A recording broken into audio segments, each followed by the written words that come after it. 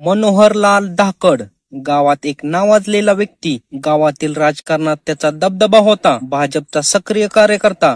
गावातील अनेक प्रश्न तोच सोडवत असे, त्यामुळे त्याला आदराच्या नजरेनं पाहिलं जाई. पण कोणत्याही माणसाचं खरं रूप वेळ आली की समोर येतं असं म्हणतात, आणि त्या दिवशी ती वेळ आली होती. मनोहरलाल धाकड याचं वय 45च्या घरात. गावात सन्मान होता, पण त्याच्या डोळ्यामध्ये एक वेगळंच वासनेनं भरलेलं गड होतं. त्याने अनेकदा गावातल्या तरुण स्त्रियांकडे वेगवेगळ्या नजरेने पाहिलं होतं. त्याचं एक गुपित गावात कुणालाही माहित नव्हतं. गावाजवळच्या राष्ट्रीय महामार्ग क्रमांक 52 वर असलेल्या एका फाट्याजवळ एक खाजगी शिक्षका त्याची ओळखीची होती. ती शिक्षिका मंजिरी लग्न झालेली 2 मुलांची आई होती. तिच्या पतीसोबतचे संबंध बरे नव्हते. तिने एकदा एका कार्यक्रमात मनोहरलालशी गप्पा मारल्या होत्या.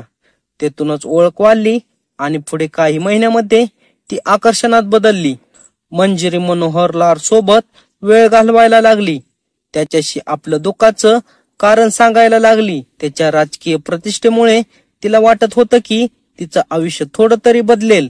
पण मनोहरलालसाठी ही एक संधी होती तिच्या एकटेपणाचा फायदा घेण्याची. 13 मे 2025 सकाळी 11 वाजले होते. मनोहरलालने मंजिरीला फोन केला. जरा बाहेर भेटायचं आहे. 2 दिवस झाले तुझं तोंड पाहिलं नाही. त्याचा आवाज ओळखीचा आणि आग्रहपूर्ण. मंजिरी थोडीशी गोंधळी होती, पण अखेर ती तयार झाली. मनोहरलालने तिच्यासाठी मोटरसायकलवरून एक ठराविक ठिकाणी तिला बोलवलं. मनोहरलाल आणि मंजिरी महामार्गाच्या कडेला एका उघड्यावर थांबले. रस्त्यावर फारशी वर्दळ नव्हती. त्या दोघांनी एकमेकांशी जवळीक साधायला सुरुवात केली, पण त्यांना माहित नव्हतं, पण तिथे काही डोंगरे जिवंत साक्षीदार बनत होते. राष्ट्रीय महामार्गावर टोल वसूल करणाऱ्या कर्मचाऱ्यांनी काही महिन्यापूर्वी चोरी, अपघात व गैरकृत्यावर नजर ठेवण्यासाठी सीसीटीव्ही कॅमेरे बसवले होते. त्या दिवशीही एक कर्मचारी नाव लक्ष्मण ऑफिसमध्ये बसून कॅमेऱ्याची तपासणी करत होता. अचानक त्याच्या नजरेस एका दृश्याने धक्का दिला. कॅमेऱ्यात एक पुरुष स्त्री महामार्गाच्या कडेला झाडीत अत्यंत अश्लील अवस्थेत एकमेकांशी वागत होते. त्याला विश्वासच बसत नव्हता. लक्ष्मणने झूम करून पाहिलं. चेहरा ओळखू येत होता. हा तर मनोहरलाल धाकड होता. लक्ष्मण आणि त्याचा सहकारी मुकेश दोघांनी मिळून ते फुटेज एका पेन ड्राईव्ह मध्ये सेव्ह केलं आणि मनात एक योजना तयार केली ब्लॅकमेलिंगची. संध्याकाळी लक्ष्मणने मनोहरलालला फोन लावला. तुमचं फुटेज आमच्याकडे आहे. जर तुम्हाला राजकारणात राहायचं असेल तर 5 लाख रुपये तयार ठेवा, नाहीतर हे फुटेज व्हायरल होईल. मनोहरलाल हादरला. त्याने वेळ मागितली, पण लक्ष्मण आणि मुकेशने त्याला 24 तासाची डेडलाईन दिली.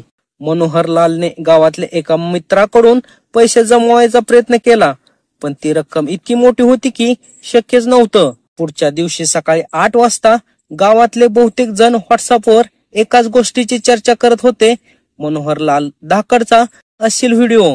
गावभर, जिल्हाभर, अगदी राज्यभर हे फुटेज वाऱ्यासारखं पसरलं. त्यात स्पष्टपणे मनोहरलाल आणि मंजिरी अश्लील अवस्थेत दिसत होते. मनोहरलालला लाजेने घरातून बाहेर पडता येईना. मंजिरीचं कुटुंब देखील ढवळून निघालं. तिच्या नवऱ्याने तिला घराबाहेर हाकलून दिलं. या व्हिडिओनं फक्त 2 जणांचं आयुष्यच उद्ध्वस्त केलं नाही, तर संपूर्ण राजकीय वातावरणालाच हलवून टाकलं. भाजपाच्या जिल्हा शाखेने तत्काळ बैठक बोलवली. मनोहरलालचा राजीनामा घेण्यात आला. पक्षाने त्याच्याशी दूरवर संबंध नाहीत असं जाहीर केलं. माध्यमांनी या घटनेची मोठी कव्हरेज केली. सरकारवर विरोधकांनी टीकेची झोड उठवली. भाजपच्या कार्यकर्त्यांची हीच नैतिकता आहे का? मनोहरलाल झपाट्याने समाजातल्या आदरणीय व्यक्तिमत्वातून घृणास्पद ठरला. व्हिडिओ फुटेज नंतर एक नवीन वळण आलं. पोलिसांनी लक्ष्मण आणि मुकेश या दोघांना ताब्यात घेतलं. चौकशी दरम्यान त्यांनी कबूल केलं की त्यांनी व्हिडिओच्या बदल्यात पैसे मागितले होते.